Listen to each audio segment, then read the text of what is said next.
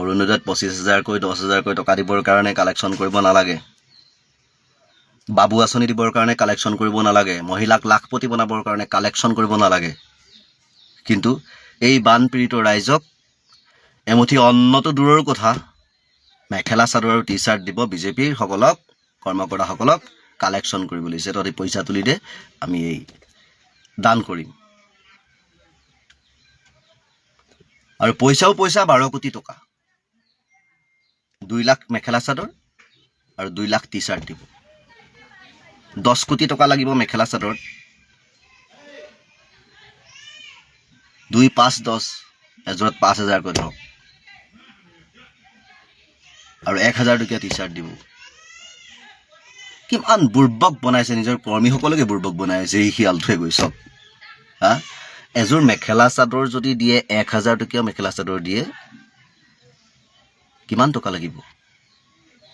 500 টকীয়া টি চাৰ্টটো দিলে কিমান টকা লাগিব? 2, 5, 10 লাখ টকা। 10 লাখ টকা আৰু এইফালে 20 লাখ টকা, 30 লাখত শেষ। 1 কোটি টকাৰ ভিতৰত কাপোৰ সাজ শেষ। এই 2 লাখ কাপোৰ, বাকীখিনি টকা মামীৰ একাউণ্টত সোমাব। এয়াই তোমাৰ আৰু লাজ লগা নাই? প্ৰথম আহোঁতে একদম নিকা, আমাৰ চৰকাৰৰ নামত যদি কোনোবাই ঘোচ লয়, কোনোবাই কিবা লয়, কোনোবাই কিবা কয়, আমালৈ এনেকা কৰিব, আমি এনেকা কৰিম। এই যা, আহি যা, দেৰগাঁও বৰুৱা বনগাঁও পঞ্চায়ত আহ, মোৰ ইয়াত চৰকাৰী ঘৰ পোৱা মানুহখিনিৰ ওচৰলৈ আহ। এটা চৰকাৰী ঘৰ দিওঁতে 10,000 টকা নহ'লে ঘৰেই নিদিয়ে। মোৰ ঘৰ কেতিয়াবাই আহিল, পঞ্চায়তলৈ গ'লে পঠিয়াই থৈছোঁ আহিব বুলি কয়। যদি মই কওঁ যে টকা 10,000 দি দিছোঁ, আপুনি মোক ঘৰটো চেংচন কৰি দিয়ক, পটককৈ দি দিব। তেতিয়া আগৰ পকা ঘৰ RCC চাত থকা মানুহে টকা 10,000 দি দিলত বেলেগৰ ঘৰটো তেওঁ পাই গৈছে। আৰু এয়া হ'ল তোমাৰ মামা কৰ্মকৰ্তা দেই, তোমাৰ কৰ্মকৰ্তা। মই গৈ আছোঁ পঞ্চায়ত, কেইদিনৰ পিছত মই গৈ আছোঁ, দেখুৱাই দিম। ঘৰ পোৱা মানুহকেইজন মই কালেকশ্যন কৰি লৈছোঁ, ঘোচ দি যিজন বা লৈছিলে তেওঁলোককো লৈ যাম, নি পেলাই মই পঞ্চায়তত দেখুৱাই দিম। পঞ্চায়তৰ প্ৰেচিডেণ্টৰ সন্মুখত মুখামুখি কৰি দিম, কিমান টকাকৈ ঘোচ লৈ এওঁলোকক ঘৰ দিছে। কাৰণ মোক যেতিয়া বিনা ঘোচত ঘৰ দিয়া নাই, যিহঁতে কেতিয়াবাই কৰি গ'ল, এতিয়ালৈকে ঘৰ নাই, বেলেগভাৱে পাই গ'ল। গতিকে এইটো কিন্তু ইয়াতো ৰাজনীতি আছে। গতিকে আজি এই বান আক্ৰান্তসকলক কেইটা কাপোৰ দিবৰ কাৰণে মামায়ে কি কৰিছে? কালেকশ্যন কৰিছে। ইফালে ভাৰতৰ প্ৰধানমন্ত্ৰীয়ে পিন্ধে কোটি টকীয়া কাপোৰ, নিজে পিন্ধে দামী দামী কাপোৰ, নিজৰ ঘৈণীয়েকক পিন্ধাই দামী দামী কাপোৰ, বাহিৰত সম্পত্তি পাহাৰ, আৰু ইলেকশ্যনৰ পিছত বোলে মহিলাসকলক 25,000কৈ অৰুণোদয় দিয়ে। মানে এতিয়া টকা পইচা নাইকিয়া হ'ল, এই সুবিধা এটা পাই গ'ল বানপানীত। এইটো মিছা বুলি ভাবি লাভ নাই, যি কওঁ চিধা কথা কওঁ, নিজৰ মগজুৰে ভাবি কওঁ। 12 কোটি টকা তুলি তাৰমানে 1 কোটিমান টকাৰ ভিতৰত কাপোৰ কানি দি শেষ কৰি পেলাব। বাকী 11 কোটি টকাটো অৰুণোদয় আঁচনি ভোটৰ কাৰণে কিবা ইটো সিটো তালৈ ৰাখিব। নহ'লে কি কৰিব? এইবিলাক কিবা কিবি দি আছে না মানুহক বেলেগ বেলেগ এক্সট্ৰাকৈ, আৰু নিজৰ কিবা কিবি পাতিছে, ইটো পাতিব সিটো পাতিব, নমামি পাতিলে, আললি পাতিলে, বাললি পাতিলে, কত কোটি টকা খৰচ কৰিলে। তেতিয়া কিন্তু কালেকশ্যন কৰা নাছিলে। এতিয়া ৰাইজৰ মূৰত মাৰি আছে, 1 লিটাৰ মিঠাতেলতে এমাহৰ ভিতৰত 20 টকা বাঢ়িল। আগতো বাঢ়ি গৈয়ে আছে, এতিয়া আকৌ ৰিচেণ্ট বাঢ়িছে। প্ৰতিটো বস্তুত 20 টকা 10 টকা 20 টকা 10 টকা বাঢ়িছে, ৰাইজৰ পৰা লৈছে। এই টকাটো ক'ত গৈছে? ৰাইজৰ পৰা যে টেক্স লৈছে, এই টেক্সৰ টকাটো ক'ত গৈছে? এতিয়া যে ৰাইজক আকৌ কিবা এটা দিবলৈ ৰাইজৰ পৰা কালেকশ্যন কৰিব লগা হৈছে। এই মামা নামাতা কিয়? কেলা মিঠা মাতত মানুহক বুৰ্বক আৰু কিমান দিন বনাবি? হা, কিমান দিন বনাবি মিঠা মাতত বুৰ্বক? অকমান কিবা এটা প্ৰডাকশ্যন লৈ আহিছ, বাবা ৰামদেৱক আনি তেজপুৰত বহুৱাই দিছ, বহুৱাই পেলাই তাতে যাদুমন্ত্ৰ কৰি পতঞ্জলি বুলি পেলাই গোমূত্ৰ মিলাই একাংশৰ মগজু খাই পেলাইছ, কিনি পেলাইছ। হা, প্ৰত্যেকটো বস্তুত গোমূত্ৰ মিলাই এই মানুহৰ মগজু গৰুৰ নিচিনা কৰি পেলাই, হয়নে? এতিয়া সেইকাৰণে মানুহক কৈছোঁ, মানুহে শুনিছে যে 12 কোটি টকা 4 লাখ কাপোৰত লাগিব। এটা কাপোৰত কিমানকৈ পৰিলে? নিজেই পিন্ধি পাইছনে সিমান দামী কেলা টি চাৰ্টটো? হা, লোকক দিবি? এইবোৰ কথা বতৰা গেলা শোভা নাপায় দেই, মগজত ধৰি যায় কিন্তু মামা। হা, কংস মামাৰ ভাও ল'ব নালাগে। হা, শকুনি মামাৰ ভাও ল'ব নালাগে। সৎ মামা হৈ সৎ হিচাপে ভাগিনসকলক যদি মৰম কৰিব জানা, তেতিয়াহে মামাৰ পৰিচয় দিয়া। নহ'লে কোনোবা ভাগিনে ক'ৰবাত কিন্তু অৱস্থা বেয়া কৰি দিব। কথা সেইটো। আৰু এই কেন্দ্ৰীয় মন্ত্ৰীসকল ক'ত গ'ল এতিয়া অসমৰ বানৰ সময়ত? কেলে আজি 5 বছৰৰ আগত 2021 চনত কেলে এইজন কি বুলি কয় অমিত শ্বাহ নেকি, সেইজনে আহি বৰাকত আৰু হেৰিয়াত জানো কৈ থৈ যোৱা নাছিলে? যে আমি 5 বছৰৰ ভিতৰত গোটেই অসমৰ বানৰ সেই সমস্যা শেষেই কৰি পেলাম, অ'ত খাল খানিম ত'ত খাল খানিম, চব পানী তালৈ পেলাই দিম। এতিয়া ক'ত গ'ল? साला कुत्तर बच्चा अमित शाह तो इधर आना एक बार असम में, आके देख लेना क्या हुआ है, पानी ने क्या किया है लोगों को। जब इलेक्शन आएगा ना तब तो तू आएगा ना असम में। मैं असम के लोगों को बोला पत्थर ले लेना बैग में, जब ये अमित शाह वाला कुत्ता असम में आएगा बैग में पत्थर भर के ले लेना और उसका मुंह में सब लोग मार। जिसने मना करने के लिए आएगा उसको भी मारो। ये सब जूता है, ये सब भंदा है, ये सब भंदामी है, ये कुत्ते का औलाद है ये लोग। तो गाय का बच्चा तो गाय ही होगा ना, इंसान थोड़े होगा। ये लोग तो अमित शाह, ये नरेंद्र मोदी, ये जो है हमारा असम का जो हिमंत बिश्व शर्मा, ये लोग तो गाय का बच्चा है, तो गाय का बच्चा गाय ही होगा। हाँ, उन लोगों का दिमाग में क्या इंसान का जैसा आएगा? नहीं आएगा। इंसान का जैसा स्मार्ट दिमाग नहीं होगा। गाय तो गाय होता है जो घास खाता है। ये लोग थोड़ा गाय का बच्चा होके ये लोग थोड़ा मर्दान बन गया, इसीलिए घास नहीं खाता, भात खाता है। समझा? मुंह है भगवान ने दिया, और बकरी जैसा बोला, चाहे वो बातों का काम आए या ना आए। असम से बांध पानी खत्म कर देगा वो, अमित शाह ने बोला है। और उसको देख के ऐसा लगता है कि ये क्या बोलूं मैं, हिजरे का औलाद। साला बीजेपी का जितना नेता है, जितना मंत्री है, उस लोगों का दाढ़ी निकलता नहीं है क्या? मर्द नहीं है क्या वो लोग? या बुद्धे पे ये जवान जैसा दिखाने के लिए ये पलिश करके रखता है, क्रीम व्रीम लगा के? लुच्चा है क्या? हाँ, क्या बोलू? কথা ক'লে বেয়া কথা বেছি ওলাই যায় মোৰ মুখত, সেইকাৰণে মই ক'বলৈ মন নকৰোঁ। আৰু বেয়া কথা যেতিয়াৰ পৰা ওলাব ন, তেতিয়াৰ পৰা মুখ বন্ধ হ'ব। মই জেল খাবলৈ ঘণ্টা ভয় নকৰোঁ, কাৰণ এতিয়া মই জেল নাখাওঁ, মই ভাল কামহে কৰিছোঁ, মই বেয়া কাম নাই কৰা। কাৰণ মোৰ আগৰ যিবোৰ লগ বন্ধু আছিল, চব ড্ৰাগছৰ বেপাৰ, আলৰ বেপাৰ, বালৰ বেপাৰ ঢেৰ কৰিলে, কোটি কোটি টকা বনাই দিলে। ল'ৰাটোক নি পেলাই জেলত ভৰাই থৈ দিয়ে, আৰু মাইকীজনী ঘৈণীকজনী ঘৰত থাকে। ৰাতি হ'লে প্ৰশাসন আহি পেলাই ঘৈণীয়েকৰ লগত থাকি কৰি পইচা কেইটামান লৈ যায়, লৈ গৈ বেপাৰখন ৰমৰমকৈ চলাই থাকে। কোটিপতি বনি গ'ল। কিন্তু আমি এনে কৰি আছোঁ। গতিকে এই ভিডিঅ' বনাই ৰাইজৰ স্বাৰ্থত কথা কৈ যদি জেলত যাব লাগে, তাৰপিছত আৰু আমাতকৈ বেয়া কোনো নহ'ব আৰু। এই পৃথিৱীৰ ভিতৰত বেয়া মানুহ হৈ যাম আৰু। কথাটো কৈ দিলোঁ, কাৰণ ভাল হৈ আছোঁ এতিয়া, আৰু সদায় ভাল হৈ থকাৰ চেষ্টাই কৰিম। কিন্তু অন্যায় দেখিলে মাতিয়ে যাম। কিন্তু এবাৰ যদি এই জেল বোলা বস্তুটোক আচলতে মই ভয় কৰা কথা নহয় দেই, ইজ্জত যায় বুলিহে তেনেকুৱা কাম নকৰোঁ।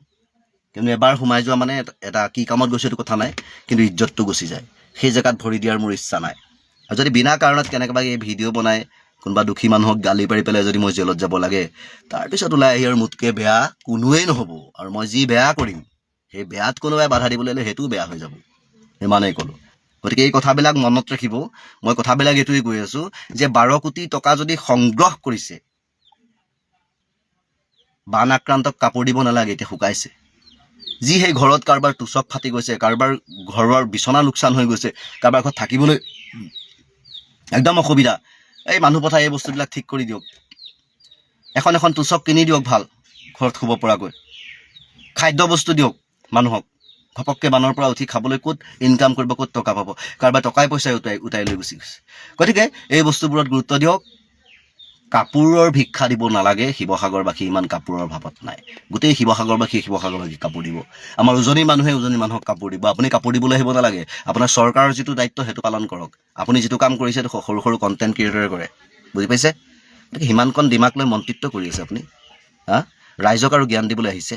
12 কোটি টকাত আপুনি 4 লাখ চাদৰ মেখেলা দিব, টি চাৰ্টৰ চাদৰ মেখেলা দিব। ৰাইজ ইমান বুৰ্বক। হা, অসমীয়া আৱেগৰ লগত খেলিলে আজি 15 বছৰ, কিমান খেলিব? নোৱাৰে আৰু। এতিয়া আপোনালোকে ভাবি আছে যে এতিয়া যি হৈছে হৈছে, ইলেকশ্যন জিকি গৈছোঁহে আৰু 5 বছৰে আছে, এইবোৰ চব পাহৰিব। বদৰুদ্দিনত 2 কোটি গ'ল আৰু। আৰে ৰাইজৰ এইটো মগজুত সোমাই গ'ল যে বদৰুদ্দিনে আৰবৰ টকাহে আনি আমাক দিছে, আমাক লুটি পেলাই আমাক দিয়া নাই। কিন্তু বিজেপি চৰকাৰে আমাক ডকাইতি কৰাৰ নিচিনাকৈ লুটিছে।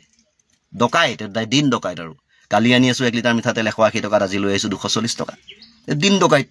কালি গৈছোঁ এফালে পাৰ হৈ টোলগেটখন পাৰ হৈ পেলাই গৈছোঁ 140 টকা, আজি লৈ লৈছে 155 টকা 160 টকা দিন ডকাইত কালি আনিছোঁ পিঁয়াজৰ কেজি 10 টকা আজি লৈছে পিঁয়াজ 30 টকা কেজি দিন ডকাইত সেই ডকাইত কৰাৰ পিছতো এতিয়া বান সাহায্য দিবলৈ কালেকশ্যন কৰিব লাগে চাওক কিমান হিজৰাৰ বাচ্চা এইখন চাল্লা এটা য'তে পাব লাগে নেতা মন্ত্ৰীকেইটা কেলা ত'তেই পিটিব লাগে হাৰামজাদাহঁত তো জাষ্টিছ ফৰ জুবিন গাৰ্গৰ ন্যায় কিন্তু এই বানৰ পিছতে সকলো ৰাইজ একগোট হওক যেনেকৈ ছাত্ৰ নেতাই দিল্লী কোপাই দিলে পদত্যাগ কৰিব লগা হৈ গ'ল মন্ত্ৰী এই অসমতো একেই পৰিস্থিতি হ'ব লাগে আমি সকলো ওলাই যাম এনেকুৱা লুতুৰা কথা বতৰা আমি আৰু সহ্য নকৰোঁ বানে ধোৱা অসমৰ ছবি ইখনৰ পিছত সিখন ছবি আপোনাৰ সন্মুখলৈ আহিছে আপুনি ঘৰত অতি অস্থিৰ হৈ এই ছবিবোৰ চাই ভাবিছে আপোনজনৰ কি অৱস্থা চলিছে সমগ্ৰ অসমত এই ছবিবোৰ চাওক টুকুৰাকে এয়া বৰ্তমান চন্তক বিহুবৰ চন্তকৰ এই দৃশ্য চাওক সকলো এতিয়া পথৰ কিনাৰত আৰু এই ঠাইখিনিতো বৰ ব্যাপকভাৱে প্ৰভাৱ পৰিলে যিখিনি বৰ্ণনা হয়তো আপোনালোকে ভিডিঅ'টো চোৱাৰ লগে লগে নিজেই অনুভৱ কৰিব আৰু এফালৰ পৰা যদি দেখাবলৈ হয় এখন ডাঙৰ এটা মানে আপোনালোকক মই ভিডিঅ' দি শেষ কৰিব নোৱাৰিম গোটেই এৰিয়া দেখাবলৈ হলে কোনো অঞ্চল বাকী নাই সকলো অঞ্চলতে কিন্তু দুৰ্বিহ হৈ পৰিছে এনেকুৱা এটা ভয়ংকৰ ৰূপ ললে য'ত এতিয়া সকলো অঞ্চলে এতিয়া বানত ককবকালে আৰু এনেকুৱা এটা চিটুৱেশ্যন হৈছে এতিয়া এইবোৰ পলসবোৰ বাহিৰলৈ উলিয়াইছে আৰু ইয়াৰ যিটো পৰিৱেশ এই মানুহখিনি পথৰ কাষত এতিয়া থাকিব লগা হৈছে এনেকুৱা এটা চিটুৱেশ্যন হৈছে যিটো আপোনালোকে একই ধৰণে বৰ্ণনা কৰিম গৰু ছাগলী সকলোবোৰ পথৰ কাষত এইদৰে আচৰিত এটা পৰিৱেশে বিৰাজ কৰিছে যিটো মানে সকলোবোৰ ইয়াত নমস্কাৰ মই অনুপম চক্ৰৱৰ্তী আপোনালোকে চাই আছে পিপুলছ টিভি মানুহৰ কথা মানুহৰ ব্যথা আৰু আপোনালোকৰ সন্মুখত voice of editor in chief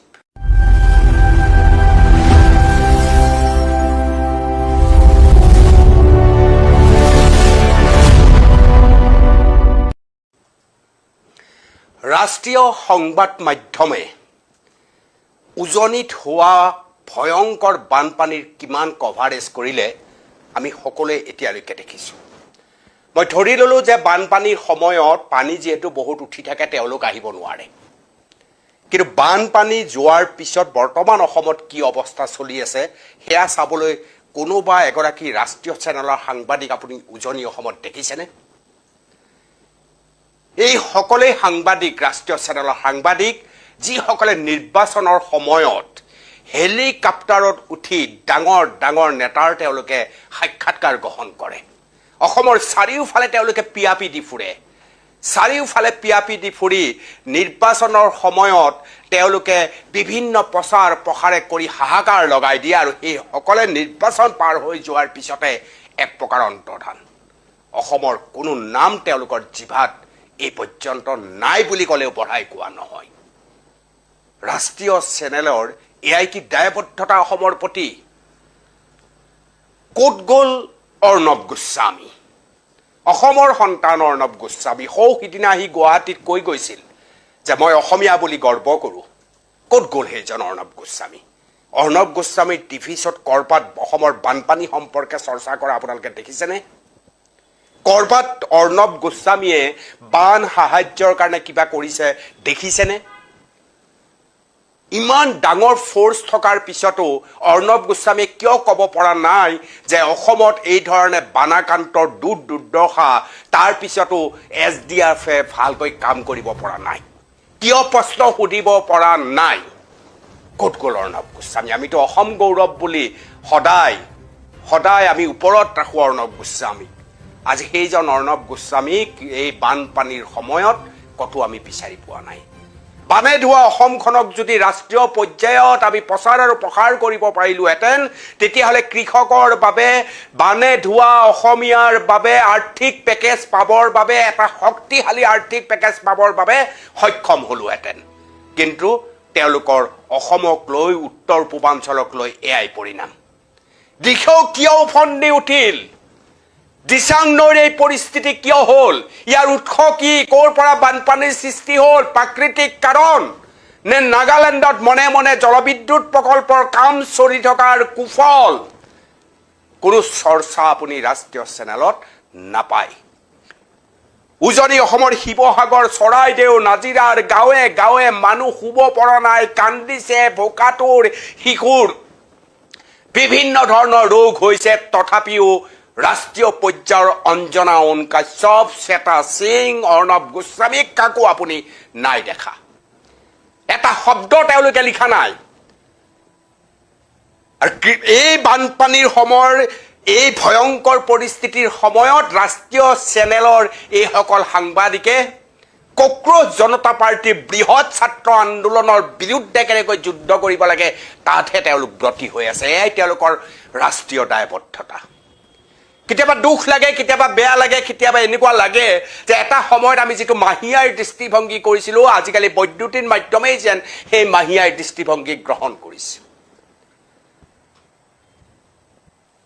ষ্টুডিঅ'ত বহি তেওঁলোকে এটা ছাত্ৰ আন্দোলনক কিমানলৈ কঠোৰ সমালোচনা কৰিছে আপোনালোকে দেখিছে। সেই সময় তেওঁলোকৰ হাতত যথেষ্ট আছে, কিন্তু অসমৰ চাৰিওফালে বানাকান্তৰ চিঞৰ বাখৰে, বানাকান্তৰ কান্দোনে কিন্তু তেওঁলোকৰ কলিজা কঁপাব পৰা নাই। এয়াই হৈছে ৰাষ্ট্ৰীয় চেনেলৰ বা ৰাষ্ট্ৰীয় কাকতৰ সামাজিক দায়বদ্ধতা।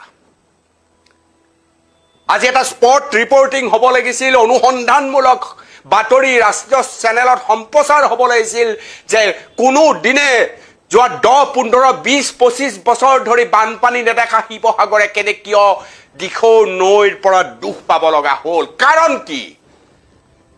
কিয় এই দিচাঙত ভয়ংকৰ ৰূপ দেখিলে? কিয় ভগদৈ উফন্দি উঠিল? আঁৰৰ কাৰণ কি? কোনো অনুসন্ধানমূলক বাতৰি এটা অংশও আপুনি নাই দেখা। দুৰ্দশাত ইমান কষ্ট পোৱা প্ৰত্যেকজন আমাৰ মানুহৰ, বাই ভনী প্ৰত্যেকজন মানুহৰ কাৰণে কথা ক'বলৈ এজন মানুহো, এটা ৰাষ্ট্ৰীয় চেনেলৰ সাংবাদিক অসমত আহি উপস্থিত নহ'ল।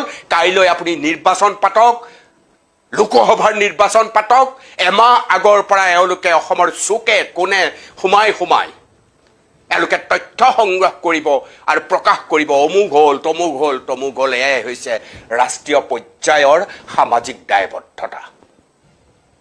এইবাৰ অসমৰ মানুহে কাষৰ পৰা এই দৃশ্য দেখিবলৈ সক্ষম হৈছে। আমি আনৰ কথা নকওঁ, অসমৰ এজন সুযোগ্য সন্তান থকাৰ পিছতো, তেওঁ এটা বৃহৎ টিভি চেনেল থকাৰ পিছতো সেই টিভি চেনেলৰ দায়বদ্ধতাৰে তেওঁ এই বাতৰি প্ৰকাশ কৰিব নোৱাৰিলে, কৰা নাই, ইচ্ছাকৃত নে কিহে আপোনালোকে বুজি পায়। ইয়াতকৈ আৰু হৃদয় বিদাৰক কথা আৰু একো হ'ব নোৱাৰে। যেতিয়া সামাজিক দায়বদ্ধতাৰ কথা হৈ যায়, তেতিয়া মহান অসমীয়া হোৱাৰ পৰা তেওঁলোক মনে মনে থাকে, চুপ হৈ যায়। আৰু যেতিয়া ইয়াত আহি ভাষণ দিব লাগে, গামোচা পিন্ধিব লাগে, তেতিয়াই তেওঁলোকে ডাঙৰ ডাঙৰ ভাষণ আৰম্ভ কৰে। ঠিক অসমীয়া মানুহ, আমাৰো ভুল আছে, আমি এইটো মাতি মাতি তেওঁলোকক ৰজা কৰিছোঁ। গ্লেমাৰ স্তৰ পৃথিৱীত আমি তেওঁলোকক বিচৰণ কৰাই দিছোঁ। আৰু সেইবাবে আজি এই ধৰণৰ পৰিস্থিতি আমি দেখিবলৈ সক্ষম হৈছোঁ। এটা ৰাষ্ট্ৰীয় চেনেলে অসমৰ এই ভয়ংকৰ দুৰ্যোগত একো কৰা নাই। যাৰ ফলশ্ৰুতিত কি হৈছে আপোনালোকে জানেনে?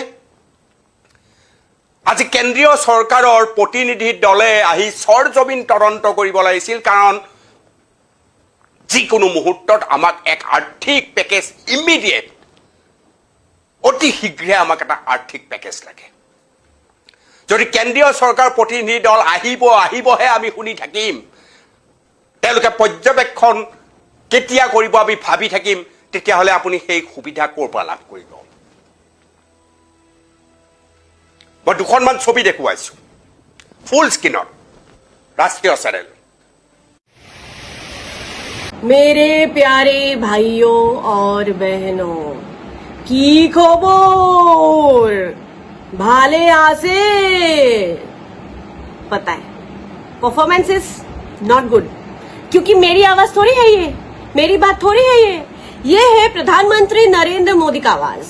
और हमारी इतनी जरूरत कि हम उनकी आवाज निकालें। अभी अंधभक्त हमारे कमेंट सेक्शन है, वहां पे आके वो लोग भीड़ करेंगे कि how dare you tell me this, I dare to tell you this.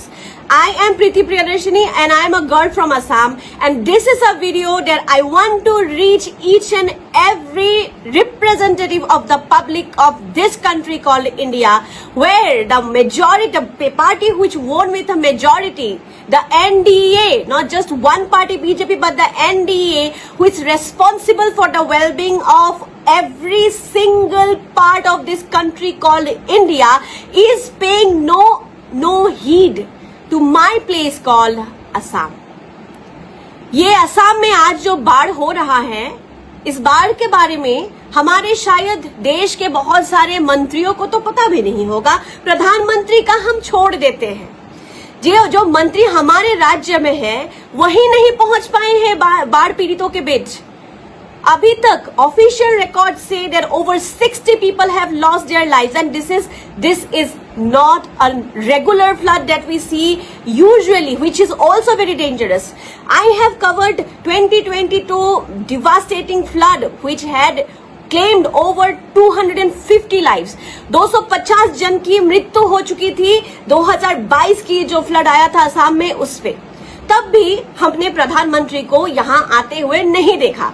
वही प्रधानमंत्री जो बस कुछ दिनों पहले जब यहाँ पे चुनाव हो रहे थे, हर दिन का उनका खबर लेना था, हर दिन का मुख्यमंत्री का हर दिन में पैरेड में जाके लोगों के बीच ऐसे ऐसे करके बहुत सारी कुछ नौटंकियां करके लोगों के बीच उनका दावा था कि वो सबसे ज्यादा पहुंचे हैं वोट मांगने में। लेकिन यही रिप्रेजेंटेटिव्स क्यों अभी जब मेरे यहाँ पे मेरे असम में जब लोग मर रहे हैं, आपको पता है एक लाश को जो मर चुका है उस एक आदमी की लाश को वो पेड़ पे बांध के वहां जाना पड़ रहा है, नहीं तो पानी बहा के ले जाएगा। There is a place in our Assam जहां पे सिर्फ 3 लोग बचने की दावा है। The entire village has been swept by flood, and this is for you mister Arnab Goswami. We called you our pride, we use to call you, we are ashamed of this very fact कि हमने आपको बोला कि आप हमारे pride है। And look at you, look at your channel, Republic. We यहाँ नहीं करना चाहिए, एक्सपेक्ट करना ही गलती है, लेकिन फिर भी ये जो बच जाता है एक थोड़ी सी उम्मीद आपसे कि आप बस एक डिबेट कर लेते कि असम फ्लड हुआ क्यों। This is not a natural and a regular flood that is happening in Assam. This is not because of the cloud burst that you, the people of the government stated, the authorities stated. It was cleared that this is not because of any cloud burst. This is because of the poor infrastructure of the dams. It is because of the massive deforestation on the hills in the borders of Nagaland and Assam towards Jorhat, Sibsagar. And this is a thing that needs to be investigated. और आप अभी भी busy है to prove that cockroach Janata party के नेतृत्व में जो जंतर मंतर में प्रतिवाद हुआ उसमें हार राहुल गांधी के। We are not interested. You must have to accept कि जंतर मंतर में जो प्रतिवाद हुआ था, there the leaders who led it, the people who went for the protest are the winners. You must have to accept it. और ये जो आप राहुल गांधी को हीरो से जीरो या कुछ भी आप पता नहीं क्या समझाने की कोशिश कर रहे हैं, जो भी कर रहे हैं, people of India are not interested, and that is why you are even losing TRP. Let me speak about Anjana Om Kashyap, the senior journalist of India, Anjana Om Kashyap. हाँ, आपको अभी और बाकी है लानत सहना। ये जो जंतर मंतर में आप लोगों को लानत सहना पड़ा, गोडी media, you don't have a shame? You don't have this little bit of shame left in you? आप लोग क्या कर रहे हैं? You are doing a 4 minutes package for 60 people. 60 is the official information. I can state you that more than 100 people have lost their lives until now. अभी भी ये खत्म नहीं हुआ है. And look at the guys in our national media, even the independent journalists, we request you. जैसे आप लोग जंतर मंतर के प्रतिवाद को आप लोगों ने आपके अपने प्रोफाइल्स में दिखाया है, जैसे आपने केन बेटुआ जो प्रोटेस्ट है उसको दिखाने की कोशिश की है, we are so grateful to you, but here we need your attention towards Assam. हम हाथ जोड़ के आपसे विनती करते हैं कि हमारी तरफ देखिए, हमारे लोगों की तरफ देखिए। All the celebrities of Bollywood जो यहाँ पे शूटिंग करने के लिए आए हैं, we don't see anyone speaking up. सिर्फ भूमि जी को हमने देखा है, कुछ देर पहले उन्होंने कुछ एक वीडियो शायद कल की हो, एक बार पहले देखा तो करिए। I know that these media channels are not going to. I was a part of CNN News 18 and I'm just disheartened. they are cutting off the coverages from Northeast. Q.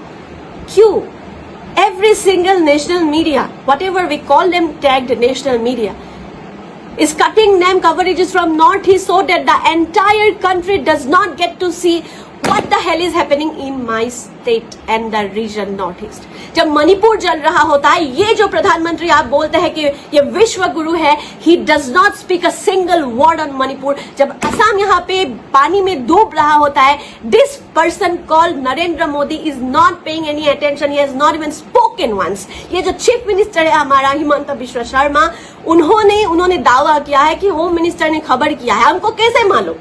And is a phone call enough? Is a phone call even enough to deal with all these things? आप लोगों को समझ में आ रहा है? जहाँ पे वहाँ पे रिलीफ लेके लोग जा रहे हैं, रिलीफ पहुंच नहीं पा रहा है अंदर के गांव में. क्यों? क्योंकि सामने वाले जो लोग हैं उन्हीं को खाने नहीं मिल रहा है.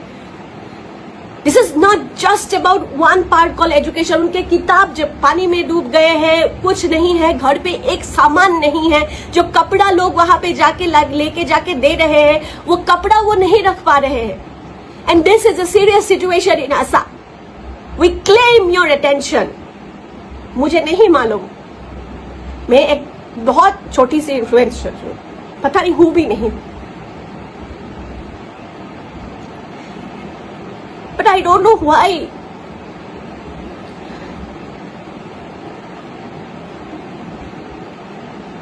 आपको पता है यहाँ पे लोग सो नहीं पा रहे हैं रात को. हर बार आप जैसे स्क्रॉल करते हैं ना, स्वाइप करते हैं ना, हर बार हम जब स्वाइप करते हैं किसी एक की मौत की खबर आती है, किसी एक बच्चे की रास्ते पे सोने की खबर आती है, किसी एक बूढ़े आदमी को दवाई ना मिलने की खबर आती है. बहुत सारे गांव को जगह नहीं मिल रहा है. And you think this is worth a 4-minute package? NDTV आपके रिपोर्टर यहाँ पे Ratnadeep Chaudhary is a very very hard working journalist. Please give him some space.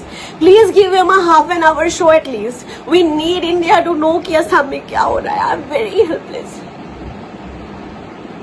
हमारे कंटेंट क्रिएटर्स असम में they are working like anything. हमारे यहाँ के जो एक्टर्स हैं, singers हैं, everybody is on ground. Politicians सिर्फ वही है जिनके वोट्स हैं, जिनके वोट्स वहां पे है. उनमें से जो जोरहाट का अभी जो एमएलए है, वो आज आके बोला है कि टिकट्स एक्सपेंसिव था, आई वाज इन यूएसए, तो हम नहीं आ पा रहे थे.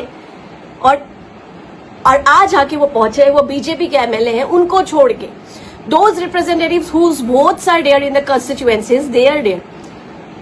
लेकिन अगर 126 एमएलएस भी असम के सिर्फ 2 लाख रुपए का डोनेशन दे दे असम के फ्लड के लिए, आई थिंक शिवसागर, जहां पे कभी भी ऐसा फ्लड हमने नहीं देखा है, शिवसागर, गोलाघाट, जोरहाट, इन सब में पहले फ्लड नहीं होते थे. हमारे लोग रेडी नहीं थे.